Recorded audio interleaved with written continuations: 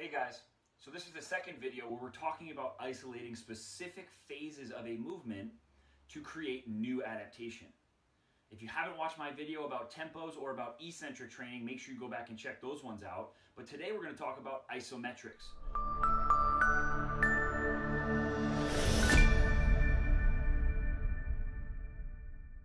Isometric is basically when we are exerting force, but the muscle is not lengthening or shortening. So we're basically, this is an isometric contraction. I'm exerting force against my hand, but I'm not moving. There's no movement happening. So isometrics can be another huge beneficial training tool, especially if you haven't used them before. So I'm going to give you my top 3 reasons that I use isometrics in my training. Number 1 would be in a rehab situation. I work with a lot of athletes, a lot of clients who are coming back with some sort of injury. Isometrics can be a great way to train strength and improve strength without creating a ton of stress and inflammation to the joints. So during the eccentric portion of a movement, that typically creates a lot of inflammation in the joints, which is okay if you're a healthy athlete, but if we're trying to reduce inflammation, so particularly when I was using this a lot with some of my hockey athletes who were coming back from knee surgeries, I couldn't do a lot of eccentric loading or a lot of even regular movement because they had so much inflammation in their knee. So I had to find a way to strengthen their lower body without creating extra inflammation. And that's where isometrics came into play. So an isometric, let's say I'm using an isometric split squat.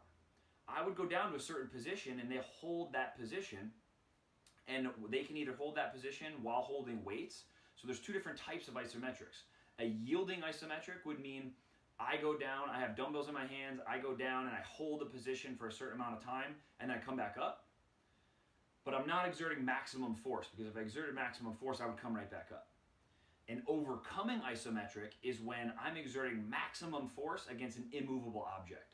So this would be something like a bench press against the pins, where I have the bar racked against pins and I'm pressing as hard as I can, but the bar's not moving, the bar's locked in place. So I'm exerting maximum force, but the bar is not moving.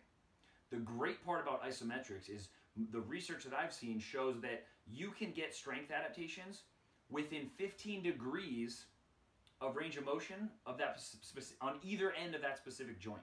So basically, if I go down, if I'm doing a bicep curl and my arm is bent 90 degrees and I'm doing an isometric contraction, I don't only build strength right here in this 90-degree position. I also build strength 15 degrees more flexion and 15 degrees more extension. So in reality, I'm building strength through this full range right here.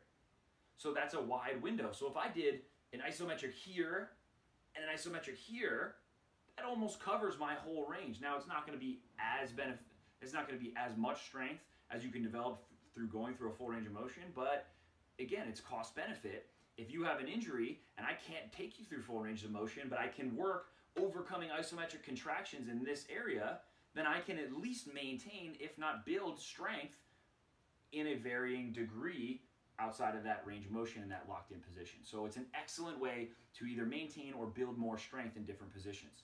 So I use it a lot with injured people, and I find specific joint angles where I want to build strength, and we use either yielding or overcoming isometrics to build up a lot of strength in that position. And I'll usually use this anywhere from 3 seconds with a newer athlete up to 6, 7, or even 8-second isometric holds. Really, when I'm working maximum force and overcoming, I'll usually work in the 6 to 7 second window. So that's number 1, is rehabbing of injuries.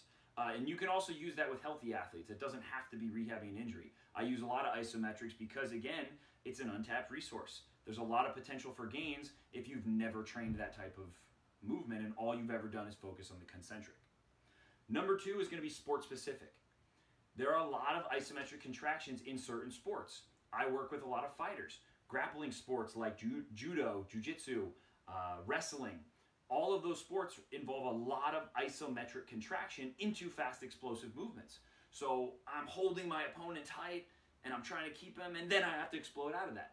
That's an isometric contraction that's very specific to sport. Or team sport athletes, football players, start in a low squat down position and have to explode out. And they have to hold that for a few seconds at each play, especially linemen.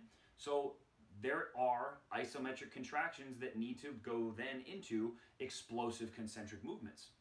So training those type of movements is going to help improve that performance in that specific sport, because it's a very sport-specific way that we are either absorbing, transferring, or producing force.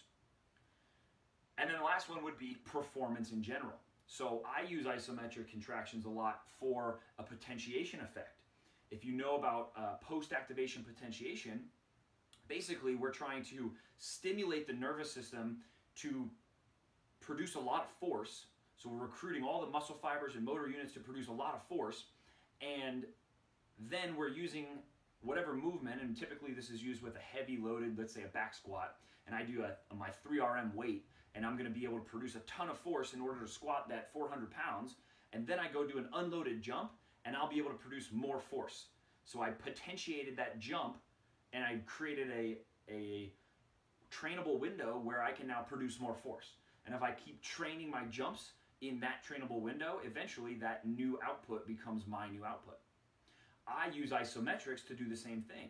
So I'll use overcoming isometrics like a barbell resisted bench press with a super heavy weight that I know my athletes can't move, and they just have to drive against it as hard as they can for 6 seconds, and then they'll go into an explosive movement. And the reason I like to use that is I can still get a lot of force potentiation, but without the risk of using a 1RM or a 3RM load on their back, because all they have to do is get an isometric position and exert maximum force against the rack or against the barbell. So I use that a lot with bench presses, deadlifts, split squats, anything that I can use an overcoming position and make produce maximum amounts of force, and then I can go right into the next fast explosive movement and I can help potentiate that movement. So there's a lot of potential performance gains on the table for any type of team sport athlete, sport specifically for athletes who have a lot of isometric contractions in their sport, and then there's a huge potential for helping people rehab from injuries. So if you're not doing any isometrics, you need to start working some of it into your training. I guarantee you, you will get new adaptation. Even if your goal isn't any of these things, it's a new training stimulus. It will shock your muscles and shock your body in a new way. You'll burn more calories, you'll build more muscle, all of those things. Any new stimulus is going to be good for your body if you're stuck in a rut in the way you're training. So make sure you try to work in some isometrics into your training, and shoot me a message if you have any more questions. I'd love to help you guys out and help you implement this properly into your training program. Thanks for checking out my video. Make sure you subscribe to my page, because I'm going to keep putting out more content like this to try to help you guys train smarter and more effectively. I'm Coach PJ Nessler, raising the bar.